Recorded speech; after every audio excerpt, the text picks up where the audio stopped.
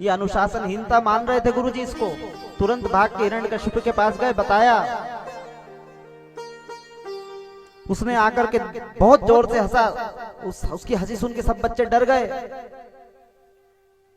और अपना गदा लेकर के प्रहलाद जी पर टूट पड़ा।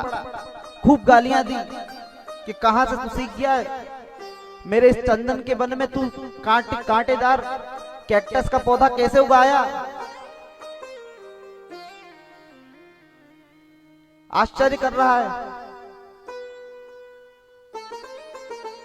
तो बोलते हैं कि आपको तो ब्रह्मा जी का वरदान है,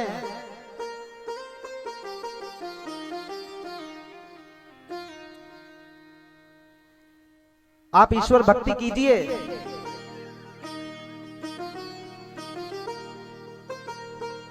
क्रोध में अंधा हिरण्यकशिपु चिल्लाता है, मूर्ख,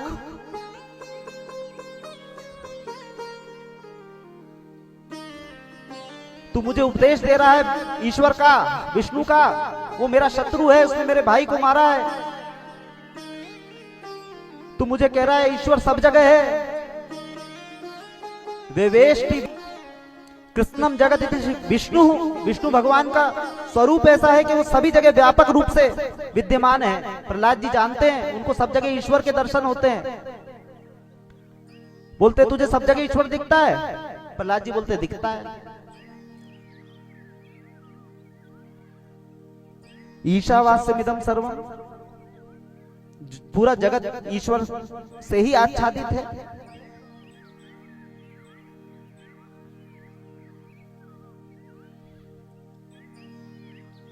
बोलते हैं तुझे ईश्वर दिख रहा है तो क्या इस खंबे में भी दिख रहा है?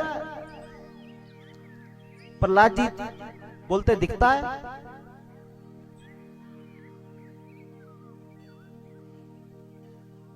और हिरण्यकशिपु ये गया और खंबे पर प्रहार करने लगा। जैसे ही प्रहार किया, खंबा फट गया और नरसिंह भगवान की वहां से प्रकट हुए। बोलिए नरसिंह भगवान की जय, भक्तवत्सल भगवान की जय हो।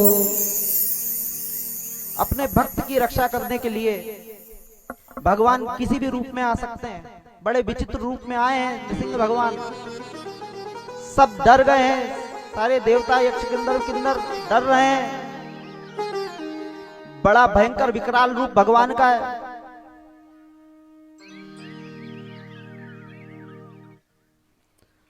भगवान नरसिंह का युद्ध चलता है। भगवान थोड़ी देर उनसे युद्ध कर रहे हैं, देख रहे हैं, टाइम का इंतजार कर रहे हैं, कब 6 बजेगा, कब जल्दी से कृष्ण जन्म होगा। सब हम भी इंतजार कर रहे हैं। ऐसे ही भगवान भी समय का इंतजार कर रहे थे, उसके साथ खेल रहे थे। और जैसे ही सायंकाल आता है, भगवान उसको पकड़ कर देहरी पे लेके आते हैं, अपनी जंघा पर रख करके अपने नाखूनों से उसका पेट विदीर्ण कर लेते हैं, उसकी पूरी अंतड़ियां निकाल के अपने गले में डाल लेते हैं। सारे वरदान ब्रह्मा जी के फेल कर दिए भगवान के, भगवान ने भक्त की रक्षा के लिए। सब घबरा रहे हैं, कैसे इनका क्रोध शांत होगा। अंत में सभी प्रहलाद जी से ही निवेदन करते हैं कि जाइए प्रभु, इनको आप ही संभाल सकते हैं, आप ही के कारण ये आए हैं। प्रहलाद जी वंदन करते हैं, स्तुति करते हैं। और भगवान प्रहलाद जी को गोद में उठा लेते हैं, बड़े प्रेम से उनके सर पर हाथ फेर रहे हैं भगवान जैसे। और चाट चाट करके सिंह थे पूर्ण, ऐसे भक्तवत्सल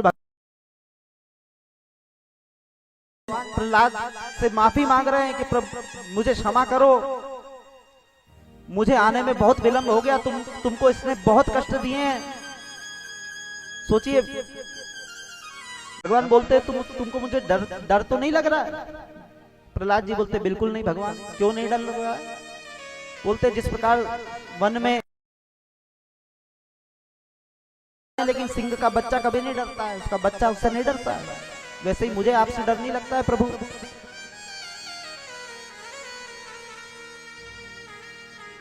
तो जिस प्रकार देवता का नहीं था, वो इस असुर का एक दैत्य कुल में उत्पन्न हुए भगवान के भक्त का रहा, तो किस प्रकार से भगवान समता नहीं रखते हम इसमें। भगवान की समान दृष्टि व्यास जी ने लिखा है।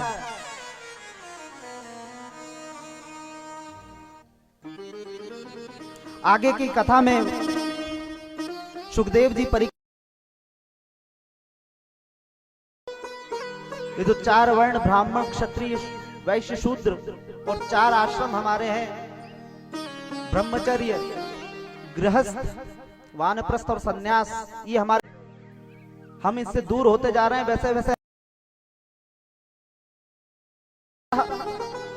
वर्णाश्रम धर्म का हम पालन नहीं करेंगे तो हमारा धर्म कहां का विनाश नहीं, जितना हम स्वयं कर रहे हैं। हम दूसरों से डरते हैं,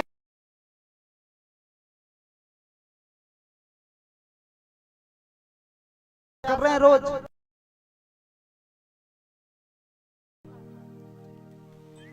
सभी अपने अपने वर्णानुरूप आचरण करें, आश्रमों के अनुरूप जीवन निर्वाह करें,